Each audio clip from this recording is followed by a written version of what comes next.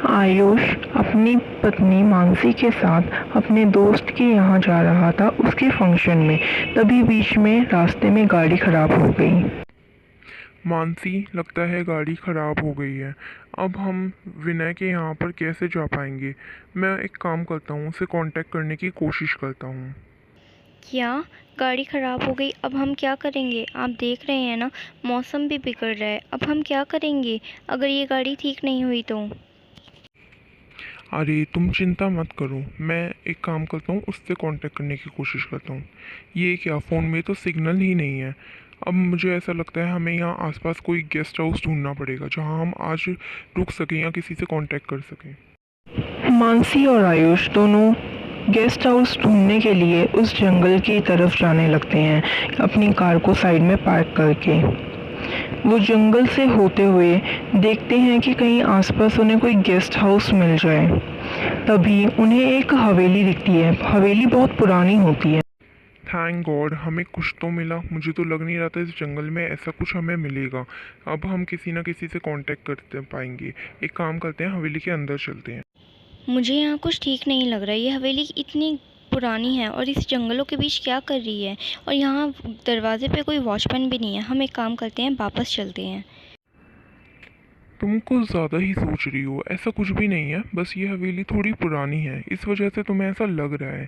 बाकी मेरे फ़ोन में सिग्नल बिल्कुल भी नहीं आ रहा। अगर हम इस हवेली में जाएंगे तो हो सकता है हम किसी न किसी से कांटेक्ट कर सकें।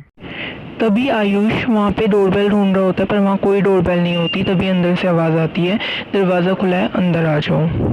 मानसी और आयुष ये सोचते हैं कि इन्हें कैसे पता चला। फिर वो दोनों अंदर चले जाते हैं। अंदर जाते हैं तो देखते हैं आदमी झूले पर बैठा है और उनसे पूछता है क्या बात है, यहाँ कैसे आना हुआ। राकेश उन्हें सारी बात बताता है। हेलो सर, मेरा नाम आयुष है और हमारी गाड़ी ख़राब हो गई है और मेरे फ़ोन में सिग्नल भी नहीं है। क्या हम आपके फ़ोन का इस्तेमाल कर सकते हैं? हाँ, मैं तुम्हारी परेशानी समझ सकता हूँ। यहाँ से ऊपर जाओ, सबसे आखिरी वाले कमरे में एक टेलीफोन रखा है, तुम उसका इस्तेमाल कर सकते हो। जा सकते हो तुम ऊपर। आयुष और मानसी दोनों ऊपर वाले कमरे की तरफ जा रहे होते हैं। वहाँ पे टेलीफोन रखा होता है। आयुष कहता है तुम बैठो, मैं फ़ोन मिला के देखता हूँ। आयुष फ़ोन मिलाने की कोशिश करता है पर फ़ोन लग ही नहीं रहा होता। आयुष को लगता है शायद नेटवर्क इशू की वजह से फ़ोन नहीं लग रहा और वो मानसी से कहता है फ़ोन तो लग ही नहीं रहा है, मुझे लगता है नेटवर्क की वजह से ऐसा हो रहा है, हमें नीचे चलना चाहिए। यहाँ रुकने का भी कोई फ़ायदा नहीं है, चलो नीचे चलते हैं। वो दोनों नीचे आती हैं, देखते हैं कि वो आदमी दूसरे कमरे में बैठा होता है। आयुष उस आदमी से कहता है और सारी बात बताता है। मैंने आपके फ़ोन से अपने दोस्त को कांटेक्ट करने की कोशिश करी, पर आपके फ़ोन से भी उससे कांटेक्ट नहीं हो पाया। मुझे लगता है सिग्नल का कोई प्रॉब्लम है। हो सकता है, टेलीफोन में अक्सर ये दिक्कत आ जाती है। जब मौसम ज़्यादा ख़राब होता है तो टेलीफोन से फ़ोन नहीं लग पाते। कोई बात नहीं, तुम एक काम करो, तुम अपनी पत्नी के साथ ऊपर वाले कमरे में ही ठहर जाओ। मौसम ख़राब हो रहा है, इतनी रात को कहाँ जाओगी? यहीं पे रुक जाओ, तुम्हारे रहने का सारा बंदोबस्त ऊपर वाले कमरे में हो रखा है, तुम जा सकते हो ऊपर।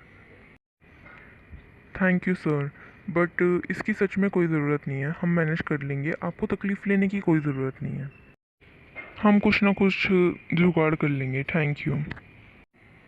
इसमें तकलीफ की कोई बात नहीं है, तुम ऊपर जाके रह सकते हो, मुझे कोई दिक्कत नहीं होगी। तुम जा सकते हो ऊपर, जाके आराम करो, इतनी रात में कहाँ जाओगी? उस आदमी के इतना कहने पर आयुष और मानसी ऊपर वाले कमरे में आ जाते हैं। आयुष अभी भी अपने दोस्त से कांटेक्ट करने की कोशिश कर रहा होता है पर कोई फ़ायदा नहीं होता। वहीं मानसी बहुत परेशान होती है इस घर को देखकर। बाहर बारिश हो रही होती है, दोनों खिड़की की तरफ खड़े होते हैं। मानसी आयुष से कहती है मुझे यहाँ कुछ ठीक नहीं लग रहा, हमें यहाँ से चलना चाहिए। आयुष कहता है तुम ज़्यादा ही सोच रही हो। रात के करीब 1:30 बजे मानसी सो चुकी होती है और आयुष को नींद नहीं आ रही होती है। वो सोचता है क्यों ना मैं एक काम करूं कि मैं एक बार और फ़ोन ट्राई करने की कोशिश करूं, क्या पता कांटेक्ट हो जाए। आयुष ऊपर वाले कमरे में जाता है और फ़ोन ट्राई करने की कोशिश कर रहा होता है पर फ़ोन तो पूरी तरीके से डेड हो जाता है। आयुष ये सोचता है ये फ़ोन यहाँ ऐसे डेड क्यों है, ऐसा क्यों हो गया है, मैंने उस टाइम पर लगाया था तब तो लग रहा था, डेड नहीं था।